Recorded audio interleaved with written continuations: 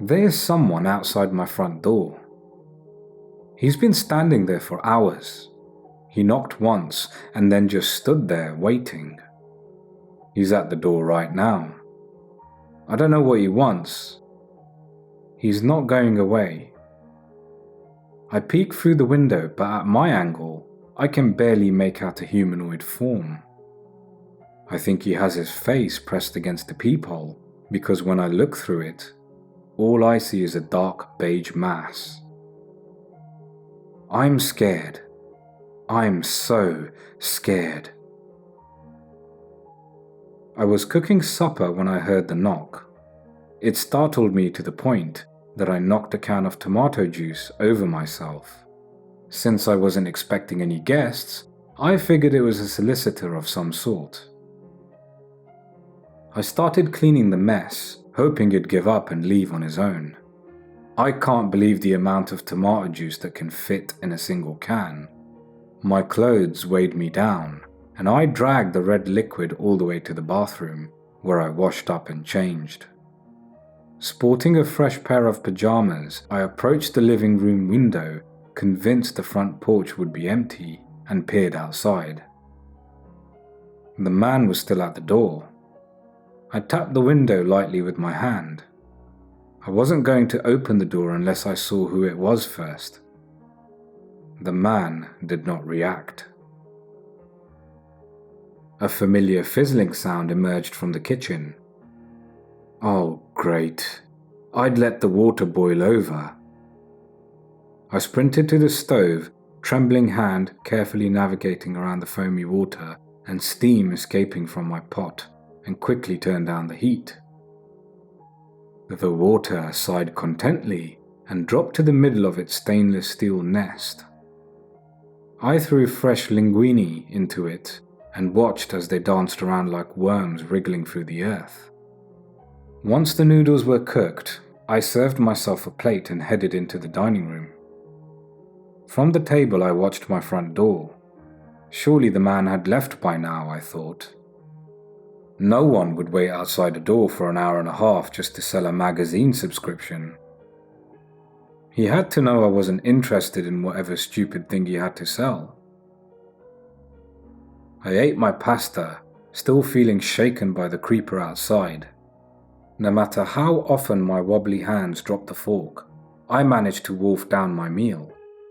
The spaghetti sauce was to die for. After cleaning the dishes, I peered out the window again. He was still standing there.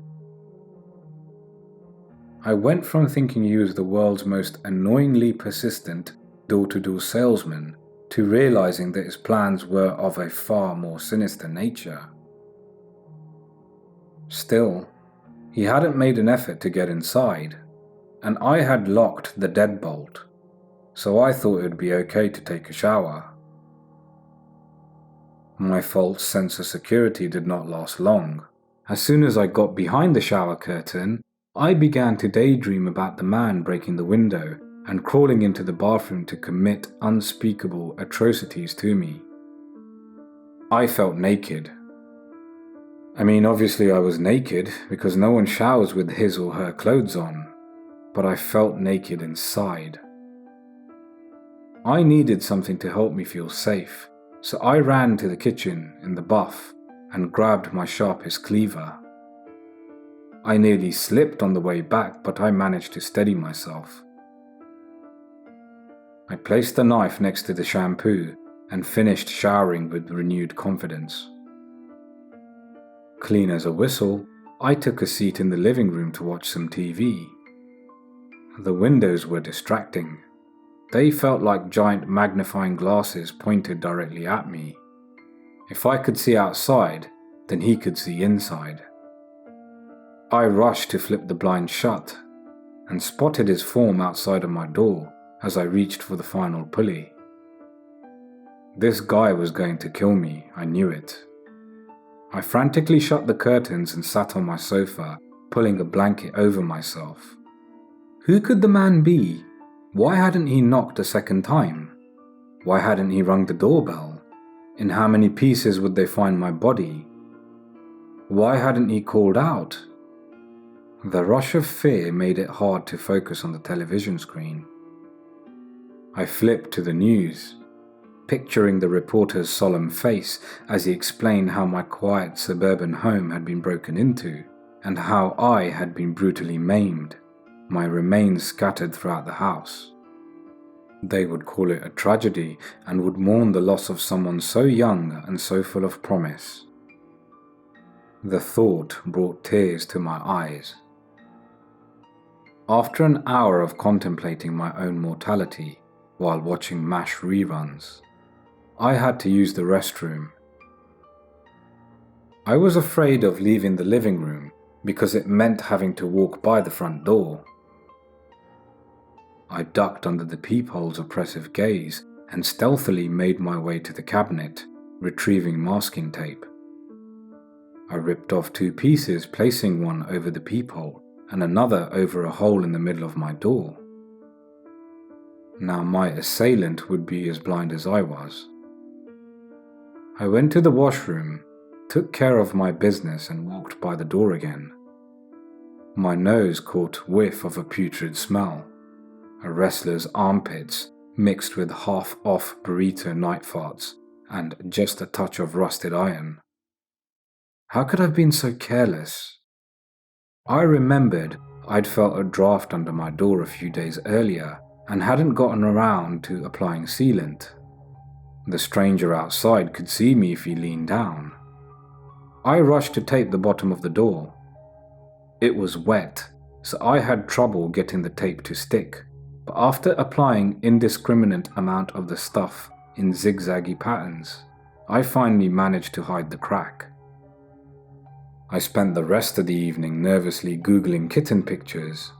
I wanted to get my mind off the man at the door, anything to keep my brain from running through the horrific death montage. No amount of fluffy, adorable cuteness could penetrate my furiously beating heart. I could almost feel the stranger's presence at my door. I know what I'm saying is impossible, but it really felt as though I could see the outline of his body pressed against the surface like a footprint on the snow. There was someone at my door, but it felt like he was inside. Another dozen minutes of absolute terror passed, and I had had enough. I grabbed the gun off the coffee table, tore the masking tape from the hole in the door, and placed the barrel inside. I examined the burnt wood around its circumference carefully. I'd have to be careful not to get splinters when I repaired it. I hate splinters, almost as much I hate being brutally mutilated by a stranger at the door. I braced myself and fired a shot. There's someone at the door, and I don't think he's alive anymore. I better get a mop to clean up the tomato juice.